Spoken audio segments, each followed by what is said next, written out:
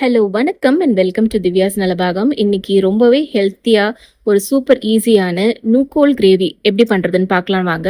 முதல்ல அதுக்கு தேவையான இன்க்ரீடியன்ஸ் லிஸ்ட்டை பார்த்துட்டு வந்துருங்க.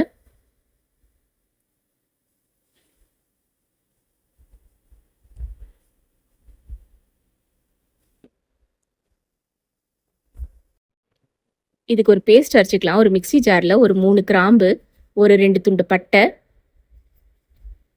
ஒரே ஒரு ஏலக்காய், வெங்காயம் ஒரு 2 நம்பர்,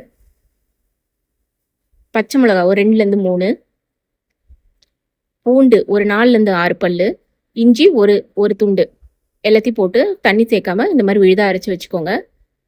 இப்போ இன்னொரு மிக்சி ஜாரில் ஒரு 2 தக்காளி நல்லா பழமாக எடுத்துக்கோங்க. அதையும் தண்ணி சேர்க்காம நல்லா விழுதாக அரைச்சி வச்சுக்கோங்க. இப்போ ஒரு ப்ரெஷர் குக்கரில் 1 டீஸ்பூன் நெய் சேர்த்துக்கலாம். இது கூடவே 1 டீஸ்பூன் எண்ணெய். இப்போது 1 டீஸ்பூன் சீரகம். இப்போ அரைச்சி வச்ச வெங்காய விழுதை சேர்த்துருங்க. இதை மிதமான தீயில் ஒரு 2 நிமிஷம் வதக்கிட்டு ஒரு 5 நிமிஷம் அப்படியே கொதிக்க விடுங்க. இது கொஞ்சம் கலர் மாறினதும் தக்காளி அரைச்சி வச்சுருக்கோம் இல்லையா, அந்த பியூரியை சேர்த்துருங்க. இதையும் நல்லா கலந்து விட்டுட்டு ஒரு 5 நிமிஷம் நல்லா கொதிக்க விடுங்க. இது இந்த மாதிரி கொதிச்சதும் மஞ்சத்தூள் ஒரு 1/2 டீஸ்பூன் சேர்த்துக்கோங்க. மிளகாய்த்தூள் 1 டீஸ்பூன், தனியாத்தூள் 2 டீஸ்பூன்,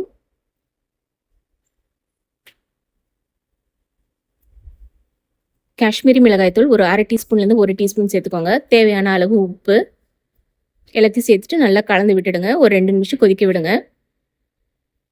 இப்போது கட் பண்ணி வச்சுருக்க நூக்கோல் 1லேருந்து 2 நூக்கோல் சைஸ் பொறுத்து எடுத்துக்கோங்க. அதை இந்த மாதிரி தோல் சீவிட்டு இந்த மாதிரி கட் பண்ணிக்கோங்க. இது கூடவே ஒரு 1/2 கப் பீன்ஸ், ஒரே ஒரு உருளைக்கிழங்கு தோல் சீவிட்டு சேர்த்துக்கோங்க. ஒரு 1/2 கப் பட்டாணி. இதெல்லாம் ஆப்ஷனல் தான், தேவைன்னா சேர்த்துக்கோங்க, இல்லைனா வெறும் நூக்கோல் வச்சு இந்த கிரேவி பண்ணலாம். இது எல்லாத்தையும் இப்போ நல்லா கலந்து விட்டுட்டு ஒரு 1லேருந்து 1.5 கப் அளவுக்கு தண்ணி சேர்த்துக்கோங்க. இதை இப்போது ஒரு 4 விசில் விடுங்க. விசில் வந்ததும் அடுப்பு ஆஃப் பண்ணிவிடுங்க. ப்ரெஷர் தானாக அடங்கட்டும்.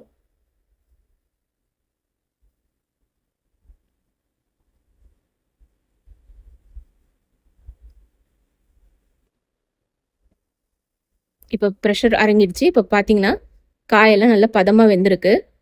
இப்போ மறுபடியும் கேஸ் ஆன் பண்ணி விடுங்க. இது ஒரு 2 நிமிஷம் கொதிக்கட்டும். கடைசியாக கரம் மசாலா தூள் ஒரு 1/2 டீஸ்பூன் சேர்த்துருங்க.